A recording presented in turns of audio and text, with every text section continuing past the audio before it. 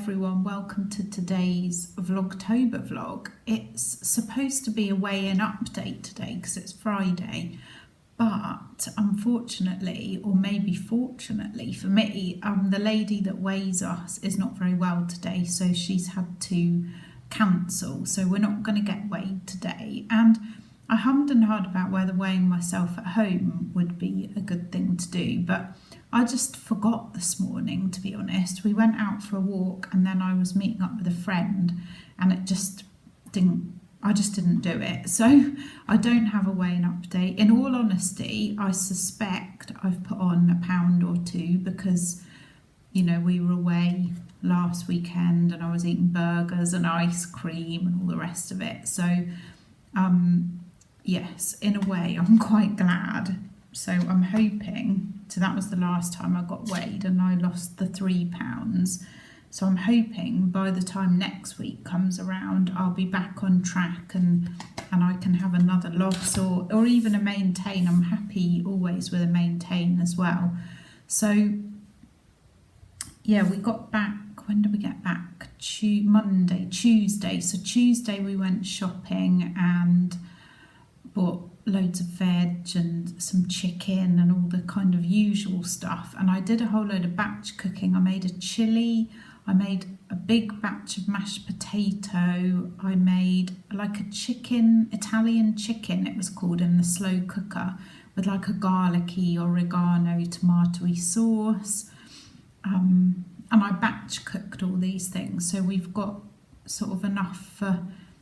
We did a shop and I'm hoping it's going to last for 2 weeks, and I'm just back eating healthily. I'm obviously doing my 100-day challenge again, if you watched yesterday's vlog, and one of the things on that is to eat the rainbow of vegetables every day, and yeah, I did buy a lot of veg, and when I was making things like the chili and the Italian chicken, they've all got lots of veg in them, so I'm hoping that I can kind of keep on track for the next couple of weeks, and at least anyway, and maybe shift a little bit more, or certainly stay the same anyway. But yeah, it's all going in the right direction. I haven't even been taking any food pictures this week, so I can't show you anything, but I will try to remember to start taking them again so that I can show you the kind of thing that I have been eating in next week's weigh-in. Although, gosh, next week is going to be into November, isn't it? I don't know what the date is even today. And then Vlogtober will be over. So it'll be back to weekly vlogs then for November. Yes, so I did go meet my friend for coffee earlier, and we were in Zanzibar and they have a good book swap in there, and it did not disappoint. Look. So I think I did quite well. So I'll show you what I got, because I know some of you are also readers and it's quite nice to share. I got this one first of all, which is called Blood and Sugar by Laura Shepherd Robinson. And it's a page turner of a crime thriller, apparently. But it sounds like it's it's set in June 1781. An unidentified body hangs upon a hook at Deptford Lock, horribly tortured and branded with a slaver's mark. So it sounds a bit gruesome. And it won the Historical Writers Association Debut Crown Award. So I think that might be quite good. I'm quite looking forward to that. As you know, I've just started getting into the historical novels, and I was so happy to see another Philippa Gregory. This one is called Dawnlands, A King in Trouble, A Country Divided, A Woman Determined. And this is, I don't know if it's part of a, I don't know with her books, when I look in the front bit, I don't know if they're like in series. Can you see that they're kind of grouped?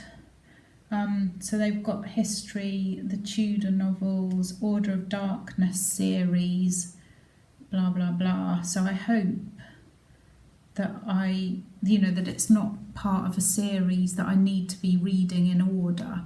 but I can't wait to start that one. I really enjoyed the last one that I read. It says it's a compelling and powerful story of political intrigue and personal ambition set between the palaces of London, the tidelands of Foulmire and the shores of Barbados. That does sound good. Then I picked this one up, and this, I don't think I would have actually chosen this in a bookshop, but here, as I've said before, I have to go for whatever's on the book swap. So it is making me read different stuff, and this says it's a seriously good book, a borehole history of an acre of England and Bunting's complicated father.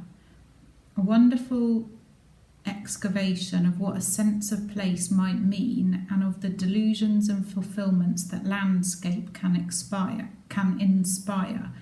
Keen to understand her complex father and the plot of land he loved, Madeline Bunting makes an extraordinary journey deep into the history of Yorkshire and of England itself, from medieval ruins to ancient droving paths through to the tiny stone chapel her father built himself. Bunting reveals what a contested, layered place England is and explores what belonging might mean to any one of us.